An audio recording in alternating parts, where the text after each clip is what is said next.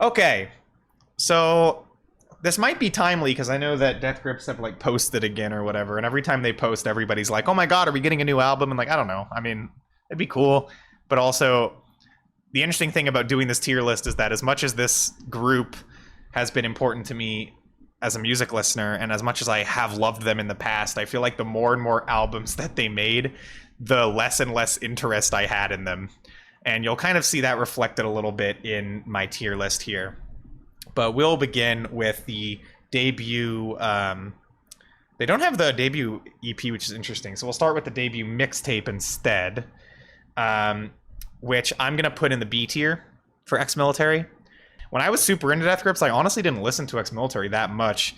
Like, songs off of Exmilitary, yeah. I mean, let's be clear about the fact that, like, some of the tracks on this are absolutely, you know, their most iconic, some of their absolute best tracks.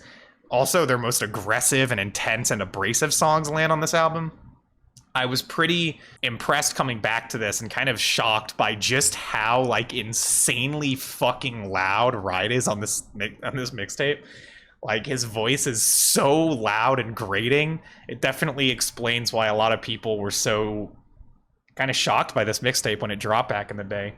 And I also feel like it might be their most influential work, thinking about like SoundCloud rap and trap metal and that kind of shit. I mean, listening to like the vocals just on this album and kind of made me feel like this might have been the most influential work. It is insanely ahead of the curve and legitimately experimental in a way that I feel like only a lot of their earlier work was, because I felt like they started to ride almost off their own coattails at a certain point. But they were really pushing boundaries with this mixtape. And that's all the great stuff I have to say about it. I mean, the first half of this mixtape has some of their best tracks. You know, you have Beware, you have Guillotine, which is one of my favorites. You have Pacquion, you have later in the album, you have I Want It, I Need It, which is another one of their best. Spread Eagle, Cross the Block. That's a hard title to say. Some of their best tracks on this album, some of their most memorable tracks. But then I also feel like a lot of it is not that at all. Still to this day, I just don't love every song on this mixtape. I think that there's a pretty big difference in quality between the best tracks here and some of the weaker tracks here. The sampling is cool throughout the album, but some tracks just don't do it as well. And honestly, Ride on a few tracks has some vocal ideas that are just annoying.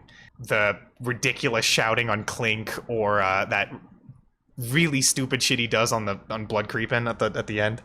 I love his rapping on the album. I overall love his performance, but there are a couple ideas that he had I think are just grating and obnoxious, and not in a good Death Grips way, but in a, you know, maybe tone it back a little bit way, and in a way that I think the band did manage to tone down on as they went along, in a way that was probably positive for them musically.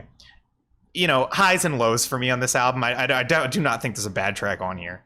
I feel like the difference in quality between my favorites and my lesser favorites is so extreme that I can't really put it any higher than B. I like this album. I think it's very strong, but it's not one of my favorite Death Grips releases. Well, maybe it is. I don't know. I mean, maybe in the grand scheme of their entire discography it is. But anyway, next up is The Money Store, which I'm putting an S. This is their best album. I think this is where everything comes together. It also benefits a lot from having a substantially different sound than Exmilitary, because Exmilitary, in comparison, is a lot more stripped back.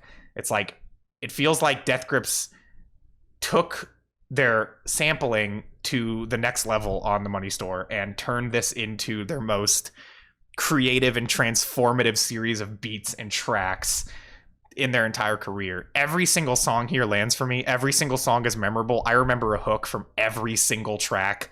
Like, this track list is just fire, start to finish. Like, the sound is amazing, the production is amazing, the maximalism is just something to behold.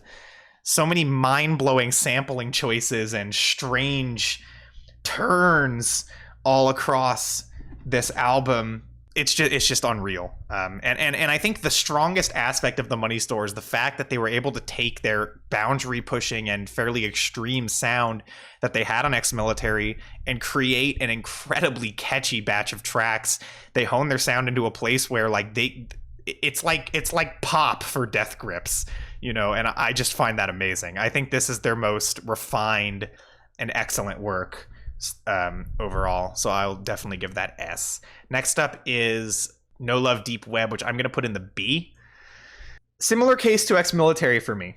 honestly, where some of the highlights are some of their best tracks and some of the lowlights are a little bit forgettable or just not as strong. This album has serious peaks and valleys. It really does. There are a lot of moments, especially in the back half of tracks, that just do not stack up with other songs here. It's minimalist in a way that occasionally feels a bit unfinished. Like, I always have felt like there's just such a giant difference between the first half and the second half. I think there are some tracks like Come Up and Get Me or Little Boy or Lock Your Doors or something which demonstrate that you can still like do things with a more stripped back sound. You can still do interesting things sonically, but then the back half of the album seems to be a lot of like minimalist drum beats with a couple sounds here or there and somewhat annoying hooks. There's a lot to criticize about this album, but there's also a lot to love about it too. I mean, it is one of their most intense sounds and one of their most like anxious sounds, and that is definitely very interesting about it. It's also a lot of fun to listen to. I mean, I think despite the fact that the second half feels like a dip to me, it still is pretty thoroughly enjoyable.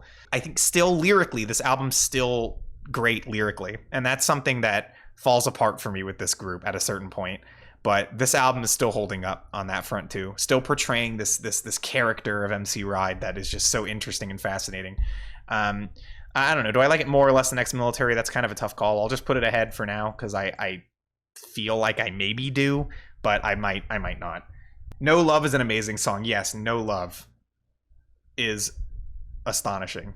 It's been a while since I've heard some of these albums, so some of the tracks might get away from me. Anyway, was the next album... Oh, Government Plates. Yeah, Government Plates. This gets C.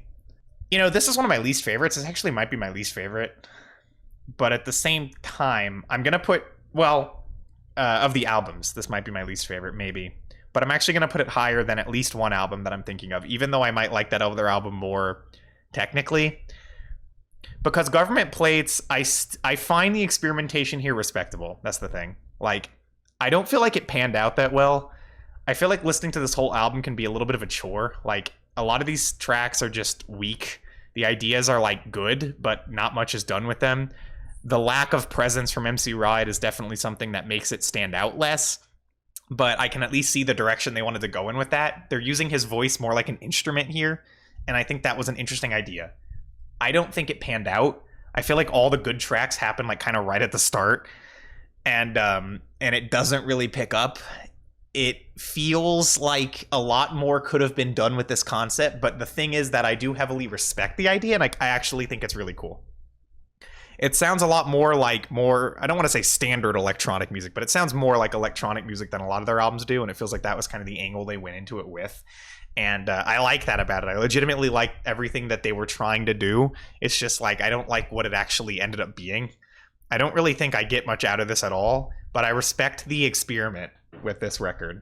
That's the thing about it. So even though this might be my least favorite album, I am going to put it higher than another one that I'm thinking of right now. And I'll explain that later. I will put Fashion Week in C. I mean, I could even put it in D, honestly. It's just like, it's not bad. There's some instrumentals on this I actually kind of like. I used to use some of them in my videos. Yeah, I'll just put it in C. There's really nothing to say about this one. It's like it just feels like a release that was only designed to hype people up for the next release, which is fine, I guess. Like, you know, it's good. Like, Flatlander and Zach Hill are great musicians, and they produce some kind of neat instrumentals, but it's very background music-y, and, like, that's fine. It's just like, what are you even supposed to say about this? You know what I mean? Yeah, it spelled out Jenny Death Win. That was cool. That was the only thing that you really remember about the record, right? It's like the only thing that pops in my head. Oh yeah, that was the Jenny Death Win thing. Anyway, next up is The Powers That Be. I'm putting this in the A tier. This, to me, was the last truly great thing Death Grips dropped. It felt like the last legitimately adventurous and experimental thing they ever did. Not to say they didn't, like, experiment after it, but I'll explain what I mean by that with some of the other releases. But this really felt like them pushing their own sound to new heights, to a completely different place. I will say, the only complaint I can really have about The Powers That Be is that the two discs don't support each other literally at all. To the point where it seems like these days everybody just sees it as, like, those two discs being different albums. Even though they were meant to be a double album the whole time. I mean, I think of them as this double album. But, you know, them being released apart from each other definitely didn't help. It's a double album. And it's a fantastic double album because both of the discs are fantastic. I think, you know, it's not as strong as The Money Store to me, but this definitely has a lot of their best tracks and just like a consistently highly enjoyable sound. You know, I got into Death Grips prior to the release of this, so getting to have this as a fan at the time was amazing. And I feel like it was the only time that I was like actively a fan of Death Grips that I got a release that I really, really loved. And we'll get to this now. So next up, I don't know which came first. Was it Interview? Okay, I don't remember the order of this discography, so I'm just gonna start ranking stuff around the time. Like the Bottomless Pit rollout, I barely even. It was just. Anyway, Interview 2016 gets the D.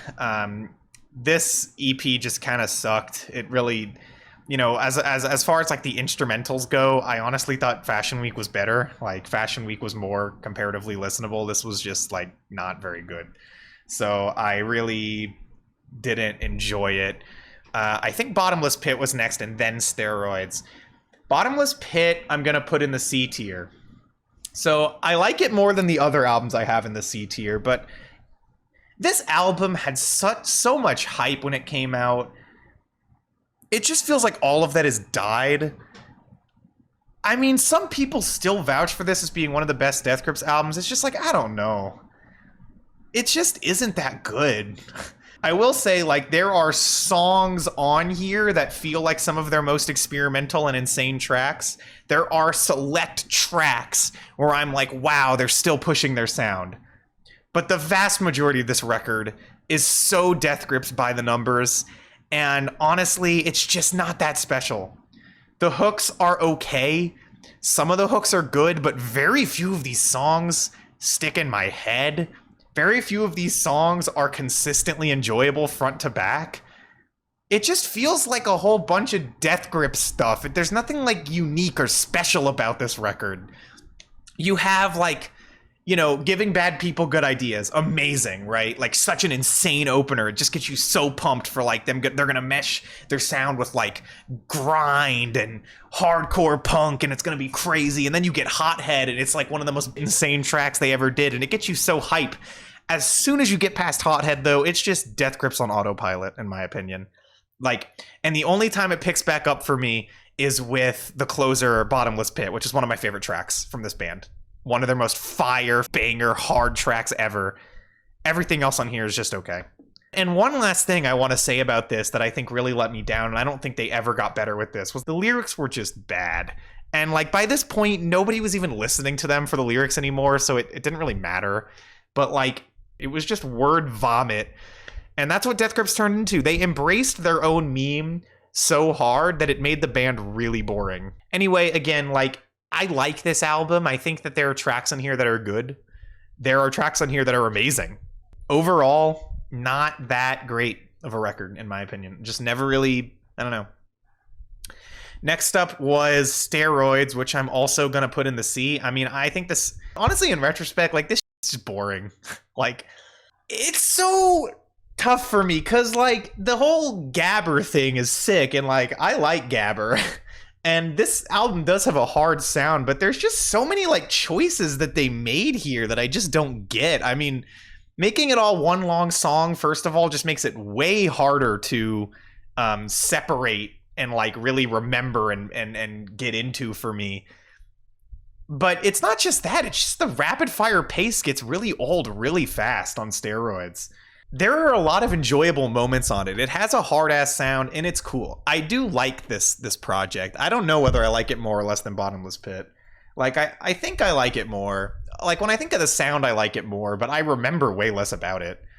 Every time I end this project, I just forget the whole thing. It's cool. I like what they were trying here, but it's another moment where, like, it feels like their experimentation at this point just kind of felt like them not really knowing what to do. I never got the feeling after The Powers That Be and, like, maybe a few select tracks that Death Grips really had interesting ideas anymore and were really pushing their sound in any new and cool and inventive ways. I mean, sure, the Gabber thing is an experiment, but I mean, at the end of the day, it just sounds like hard-ass Death Grips music. It doesn't really push itself in many interesting directions.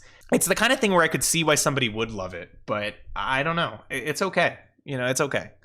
And then we have Year of the Snitch, which I'm going to put in the lowest spot. I'm going to be real, you know. As time has gone on, I feel like I see this album in less and less and less of a positive light. This to me was just so weak. They wrote themselves into a corner so hard with this record. They got themselves to this place where all it seemed like they cared about and wanted to do was just play into their own stupid meme. And I just don't vibe with it. I just think this album has nothing interesting going for it. It honestly sounds like ass. All of the cool ideas they have on here are completely destroyed because of the just horrendous mixing on this project. And the worst part about it is that I feel like they meant to do that, and I just don't get it. This doesn't feel like the band doing something that they really wanted to do or were genuinely interested in doing. And while there are some great tracks, like I still love Black Paint and Death Grips is Online. I mean, there are those songs, but the rest of this thing is so boring and it sounds like ass, and it just doesn't have any of the interesting fire or experimentation or energy or anything that the rest of their catalog has. The more and more time goes on, the more and more I feel like this is kind of their worst album. I maybe like it more than Government Plates on a personal level, but from an artistic perspective, I like it way less. I got tired of Death Grip's entire shtick by the end of their career, and it's hurt my opinion of them, I think, as time's gone on and made me listen to them less. I just have nothing else really to say. So that's my Death Grips tier list. I'm not going to rank these. This song I heard, I don't want to know why I'd rank it, and I never listened to this because I didn't care. Yeah, that's pretty much all I have to say about Death Grips. I recognize that some people might find this quite disagreeable, but it's just my take. And look, if they're coming back, I just hope that they come back with new ideas and with some passion and fire again to get me back into what they're doing. And I hope they do something that truly shocks us and not just something that sounds like something Death Grips would do. That would be the coolest thing that could happen, I think. And I'm excited to see if that does. So that's really that.